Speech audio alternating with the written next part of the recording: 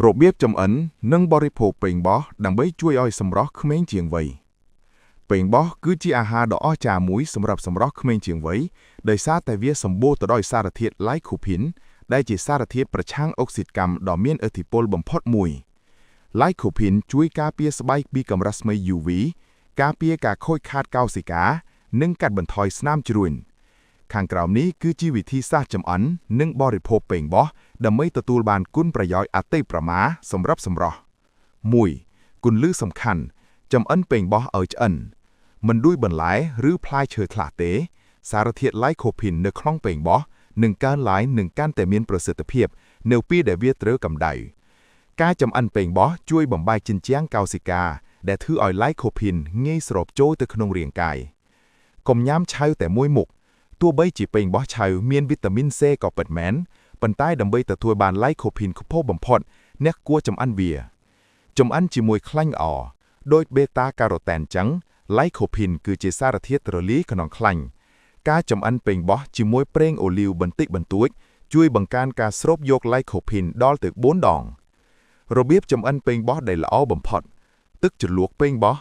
នេះគឺជាវិធីល្អបំផុតការចម្អិនប៉េងបោះធ្វើជាទឹកជ្រលក់រំងាស់យូរៗនិងបង្កើនកំហាប់ Lycopene យ៉ាងច្រើនប្រើប្រេងអូលីវក្នុងការចម្អិនទឹកជ្រលក់ស៊ុបប៉េងបោះការធ្វើស៊ុបប៉េងបោះក៏ជាជម្រើសដ៏ល្អមួយដែរអ្នកអាចបន្ថែមគ្រឿងផ្សំផ្សេងទៀតដូចជាខ្ទឹមបារាំងការ៉ុតដើម្បីបង្កើនរសជាតិនិងជីវជាតិប៉េងបោះអាំងឬឆាការអាំងប៉េងបោះជាមួយប្រេងអូលីវនិងខ្ទឹមសក៏ជាវិធីល្អមួយដែរដើម្បីបង្កើន Lycopeneរបៀបបរិភោគដើម្បីសម្រស់ក្មេងជាងវ័យអាហារពេលព្រឹកអ្នកអាចដាក់ប៉េងបោះដែលចម្អិនរួចដូចជាទឹកជ្រលក់ទៅក្នុងអូមឡេតឬញ៉ាំជាមួយនំប៉័ងអាំងអាហារថ្ងៃត្រង់ឬល្ងាចញ៉ាំទឹកជ្រលក់ប៉េងបោះជាមួយនឹងបាយឬប៉ាស្តាអ្នកក៏អាចធ្វើសាឡាតដោយប្រើប៉េងបោះដែលបានអាំងបន្តិចបន្តួចដែរការជ្រើសរើសប្រភេទប៉េងបោះដែលមានពណ៌ក្រហមដិតៗដូចជា Roma tomatoes ជាទូទៅមាន Lycopene ច្រើនជាងប៉េងបោះពណ៌ស្រាលៗសេចក្តីសង្ខេបសម្រាប់សម្រស់អាហារវិធីដែលល្អបំផុតប្រយោជន៍ចំពោះសម្រស់ប៉េងបោះចម្អិនឲ្យឆ្អិនប្លុសខ្លាញ់ល្អប្រេងអូលីវការពារស្បែកពីកម្រិតស្មៅ UV កាត់បន្ថយស្នាមជ្រួញស្បែកភ្លឺថ្លា